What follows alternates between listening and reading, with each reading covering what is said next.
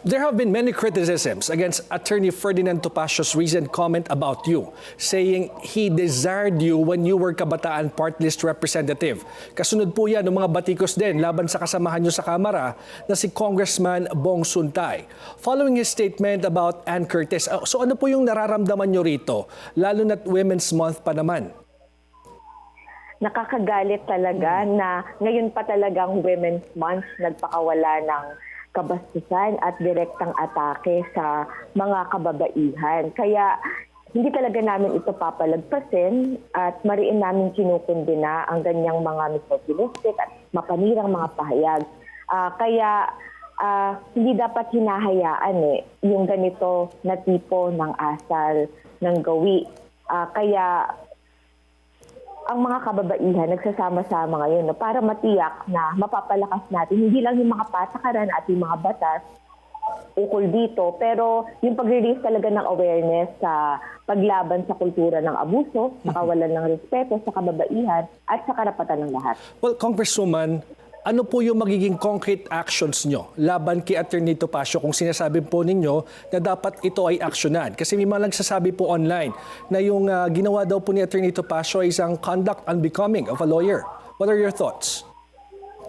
Yes, ayan ay sa ngayon yung mga posibleng legal na hakbang ay pinag-aaralan natin para may pananagutan. Kasi kung maaalala nyo, yung decision dati kay Alari Gadon na may kinalaman sa misogyny at sexism, si journalist na si Raisa Robles, yan din yung naging dahilan ng disbarment. No? Kaya marami ding mga nagpo-propose sa atin ng ganyang hakbang, pero sa bahagi natin hinahanda na rin. Hinahanda. Now, we noticed several posts online, no? After po mag-post or sumagot ni Ann Curtis kahapon, no?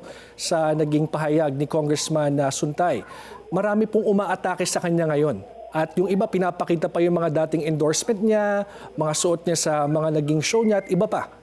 Ano po yung tingin niyo dito at sino kaya yung mga nasa likod nito?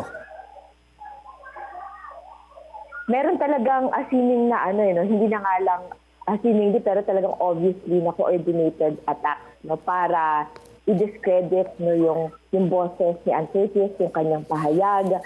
Kaya nananawagan ako sa mga kababaihan, let us stand with Ann. Let us stand with every woman who are facing various forms of abuse, discrimination, attacks every day. Lalong-lalo na itong sexism, misogyny, sexual harassment.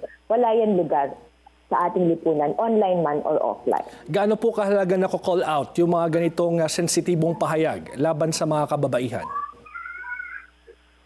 Well, sa politics kasi tsaka sa political life, ganun kahalaga yung pagkakaroon ng equal opportunities ng kababaihan na makatakbo, magkaroon ng posisyon, ganun din sa media o sa showbiz man yan. Dahil yung ganyang tipo ng mga pambabastos, yung mga babae, yung mga pinakauna na nakakapangalan nito, nakaka-call out, nakaka-challenge nito.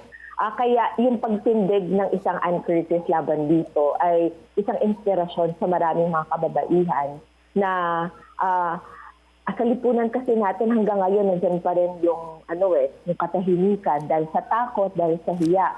Lagana pa rin ng victim blaming at victim shaming. Ayan. Kaya hindi to kaya ng isang tao kung mas marami tayo na nagsasalita laban sa kabastusan para labanan ng violence against women, mananalo at manalalo din ang mga kababaihan para sa pagkapantay-pantay. Okay, maraming salamat po sa inyong oras, Gabriela Women's Part List Representative Sara Elago.